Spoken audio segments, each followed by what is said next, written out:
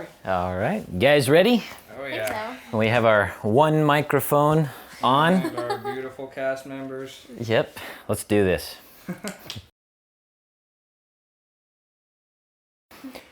So, autocorrect was originally inspired by a thought that I had. And the thought was, how funny would that be if some person sent a text and it autocorrected into something completely different, and it created this gigantic ripple effect of things that happened that just spiraled out of control. And the thought led into me looking into if there were actual things that had happened before. And I had actually found a couple stories out there, one in particular, where something very similar to what happened at the beginning of this play happened in real life. And that led to another thing, and that led to another thing, and that's how the script was born. Before you see like this, I'm pretty sure you've seen it by now. Autocorrect 1, it's come out. That's actually the remastered version.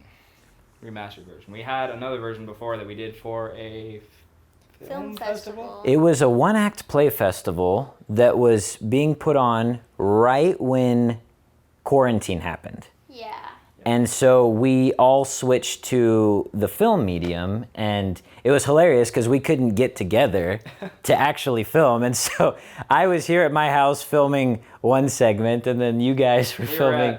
We were at our place filming another segment. So in the post-editing thing, I had to like perfectly match everything. So that's why there's a lot of fun little cuts in there that I had to make. But Trying to make sure that we all like wait the right amount of time between our lines when somebody else is talking that isn't there. That was probably the biggest pain in my opinion. yeah. With that version, that was so hard. But it was pretty funny. It was a fun surprise seeing your stuff come in and not knowing what you were going to do or what it was going to look like. Oh, yeah.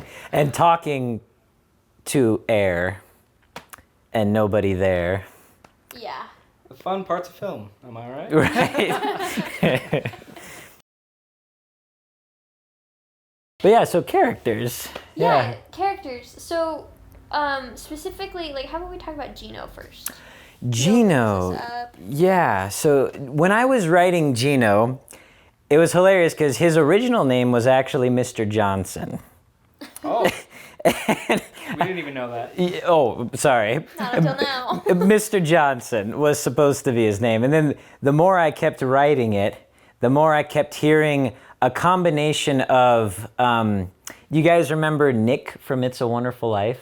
Oh, yeah. He's like, where do you get off calling me Nick? That doesn't, out you two pixies, go through the door or out the window, go on, get. So he does that line, and I keep picturing that in my head. And I had also just watched, not too long after that, after I had wrote the script, I had just watched Green Book, where Viggo Mortensen has a very similar-ish accent. But yeah, I just kept hearing an accent, and then I was like, okay, we got to change the name. And then I can't remember where the idea came from. I was like, oh, Gino sounds like a good name. Hey. Just go with that. Inspiration, my friend. Inspiration. Inspiration. But yeah, so that's how the name was born. And then, I don't know, as I started hearing Gino's voice in my head and he took on a life of his own, I just heard this guy who spoke his mind. He said what he really thought. But he also had this... Hey, that's your wife's rolls, isn't it? Those are the roles. Is They are anyone going to delicious. grab that for us? No? There's nobody else here. I will. Yeah, that's true. They don't know that? Oh, sorry. So, my wife's taking care of the kids in the back, so... We'll see what she ends up doing. But yeah, so there was Gino first, and then came Kira and Mitchell. Just from my experience, I thought all the characters were kind of hilarious. I would, obviously, if you watched, I was Mitchell. No idea how to take him when I was first in it. Like, he gave me the script. Funny thing is, first here, I'm the filmer for everything that we have going on, right? Mm-hmm. Never read the scripts. Not all the way through. Never. Neither of them. We've done two of right them now, yep. And I haven't read it like all the way through. It's just nothing. So I basically improv'd most of the parts that we were supposed to do for me. But then we were able to make it pull out pretty well. Hello there. I think so. Rolls are hot and ready. Yes. But I'm not gonna grab them now or else I'll burn myself. Agreed. Smart. So Kira. Kira, yeah, honestly, at first, I had no idea how to approach her character. Like, at all. I was like, okay, I guess I'll just go for it. And the first time we read through it, it was so fun because here comes Gino with his super Bronx accent, super feisty, forward, abrasive person. And I was like, okay, I can give back. And so Kira, she definitely developed that sassiness and like, no, Dad, why would you ever say that to me? That's been a running thing now. No, Dad. No. The first couple times I said that, it was very, Dad. It was Dad. very hard. Very, very hard. I was like, oh, I don't want to sound like that. Because we also talked about how, like, probably Gino was, like, get straight A's, do good in school and stuff like that. So Kira was probably this, like, A+ student because she had to be. And also, it was probably another way to get away from this crazy family. At least this is what I came up with in my head. It was like kind of this way, like her studies and her social life at school was a better way to get away. Wow, I'm saying way a lot. To get away from this crazy family dynamic. And also probably helped her chill out just a little bit more, but she's still very like, no, Dad. So, and it's kind of funny because Mitchell has a very big contrast to their family. Mm-hmm. He became this very soft spoken guy. I was not expecting it to take that way personally, but then it just started coming out, and that's where it ended up being. So Yeah. That, I think, was the exact contrast that we needed, though, right? Because here's a daughter that's slowly going away from Dad, right? He's trying to reel her in, and I don't know, there's just something about a more soft-spoken guy that's just easier to yell at. But he also It really is easier to yell at. Like, take it as like he's a soft-spoken, understanding person. So he's not going to take it personally because he understands. He's getting an understanding at least of what this family is like. And Kira's probably talked about her dad. absolutely. And then you have Mitchell, who Alek played it brilliantly, but he took more of an evasive approach, right? Like my favorite moment was. This was not planned, by the way. There wasn't even any movement or whatever. But when they hold hands and he says, Kira, in a nutshell, I have something to tell you, and I give him that death glare, it was not originally planned to step away. And it just happened instinctively between the two just to step away. we would stare at each other and we try and keep it to be serious as best we could. They couldn't do it. It didn't work. They couldn't do it.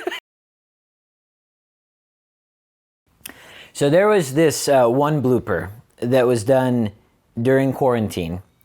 My wife is filming on the phone, and she and I thought it would be a good idea to send Alek a close-up of the book falling on my toe. And no joke, the book fell on my toe a couple times. And we decided that it was probably best to make the book fall a couple of centimeters from my toe. There was this one, no joke, the book hit on the corner and then plunged forward and knocked the phone out of my wife's hand. It knocked it out. And that took almost all night to recover from that one. That one, wow, that knocked off our whole balance the rest of the night. And then we gotta talk about the door incident. We've got to talk about the door incident.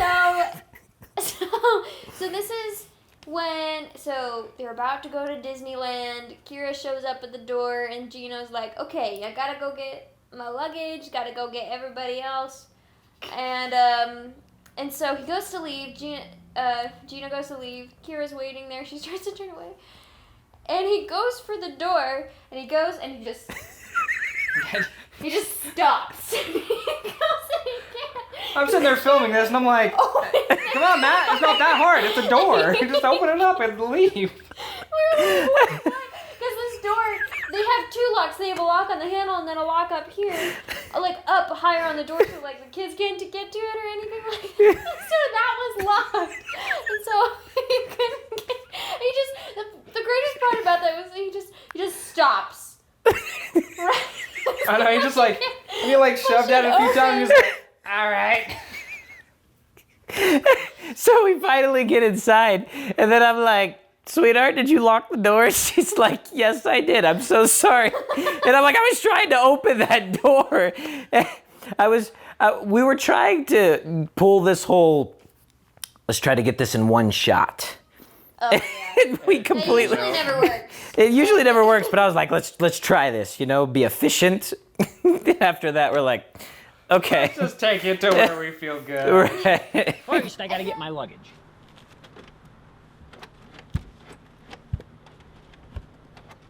And then, okay, after we got past that part and the scene where Mitchell shows up, and Kira's like, oh my gosh, Mitchell, what are you doing here? Exactly Gina like comes that. in and he, exactly like that. He comes in with his cock-a-doodle-doo, right?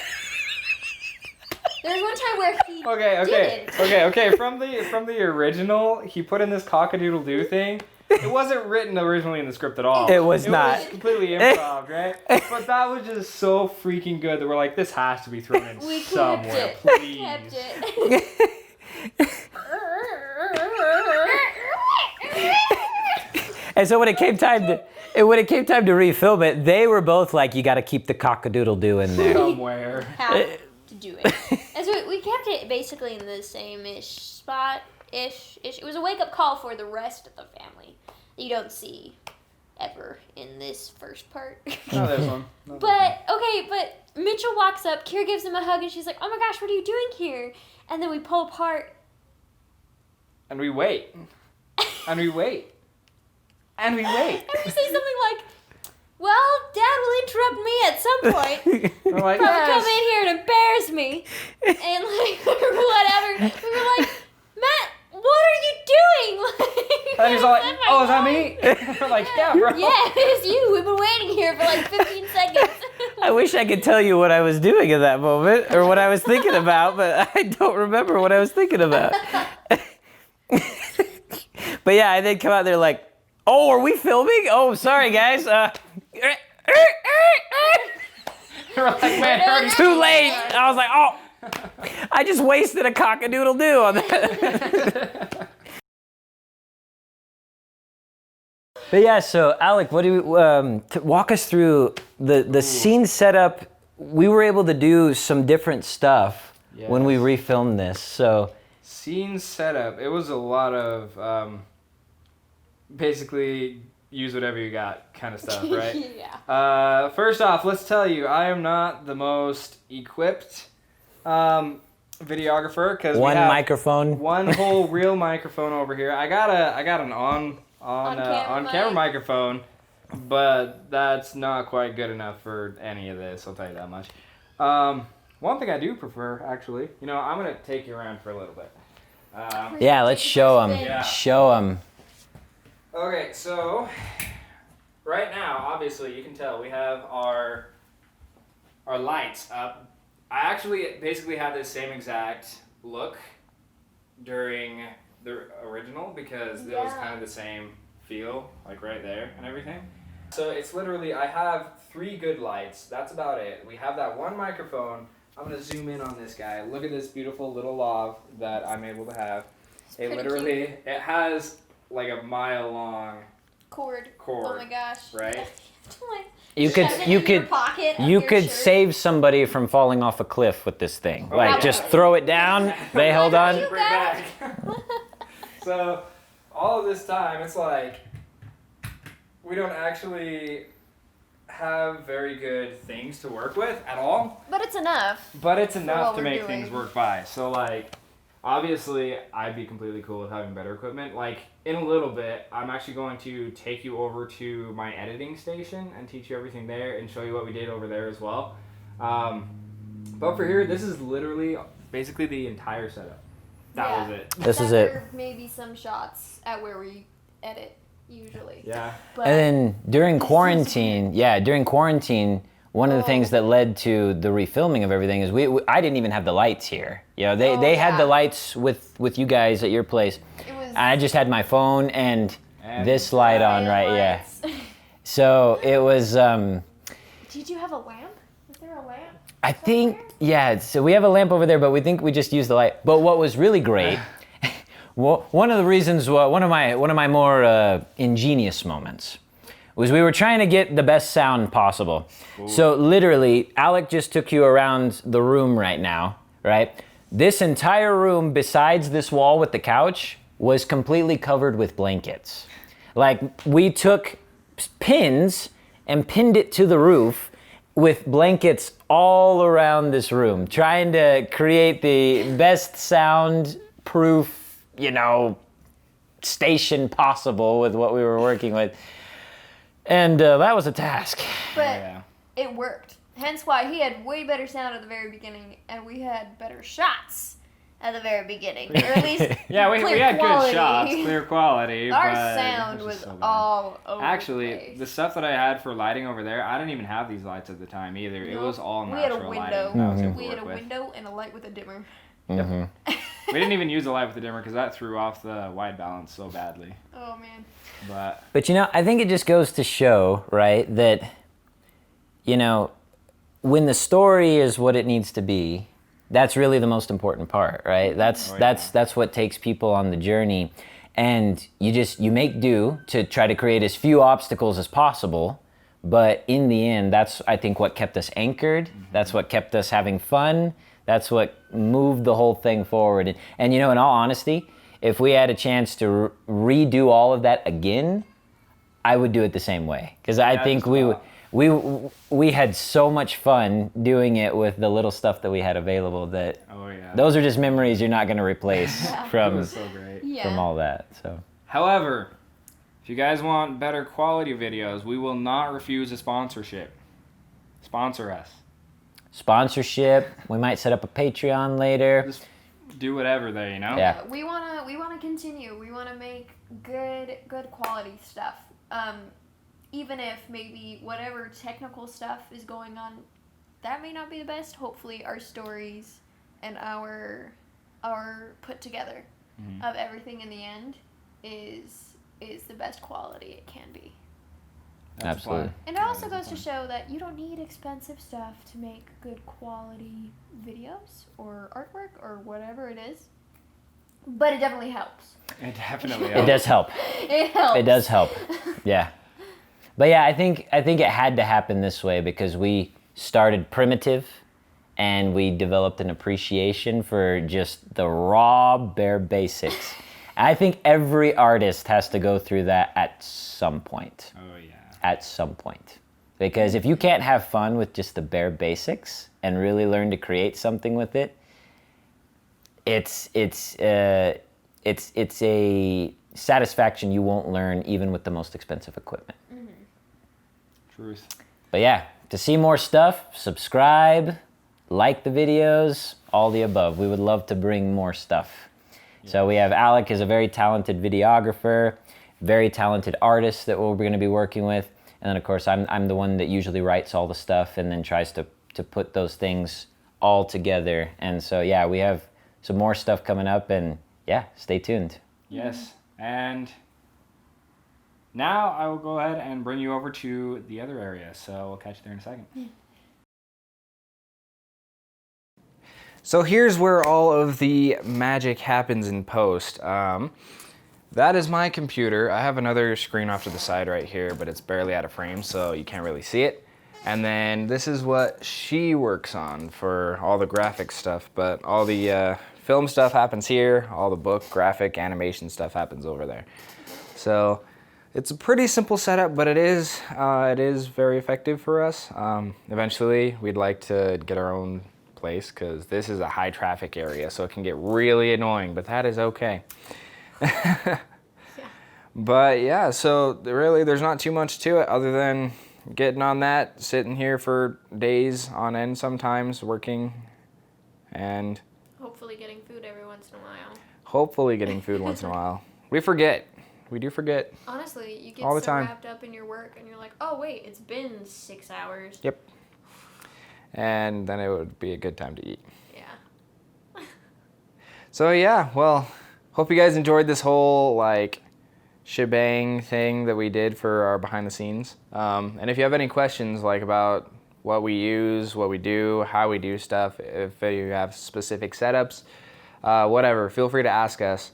And if we'll just do a Q&A maybe another time if that's how it'll end up being. But feel free. All right. Thank you so much, and we'll catch you later. Yeah, Bye. see ya. Now I think it's time for chicken noodle soup and rolls. Chicken noodle soup and rolls. I already Homemade. have rolls. Oh, think they're I have more beautiful. than you. They're beautiful. I think I have more than you. I have more punch. Guys, no offense, but these aren't exactly edible. Like, I think we're talking about the edible ones. Technically, anything's edible if you try hard enough. It's true. This is probably where we should be cutting the video. You know, if we harvest the know. organs that are inside, we could buy film equipment without any help. You're right. You know how much That's a fair, kidney actually. runs for the black market? Okay, we will each sell a kidney, right? You only need one to function, right? And if you- each sell Right. a kidney. Yeah, and like hearts are even better. You know, you start harvesting hearts Okay, wait. and you sell them. Wait. Like ours? No. Thank goodness. Sacrifice other people. I mean, don't get me wrong. There's a lot of heart to give in here, but I mean, like, I was thinking of a different way. Yeah. Okay. There's so much of an extent you can give a heart. This is just taking a turn for the worst. We love you guys. Hey! We're not crazy that much. That worked. That much. All right. Yeah, we'll catch you on the flip side. Rolls and chicken noodle soup coming up. Cool.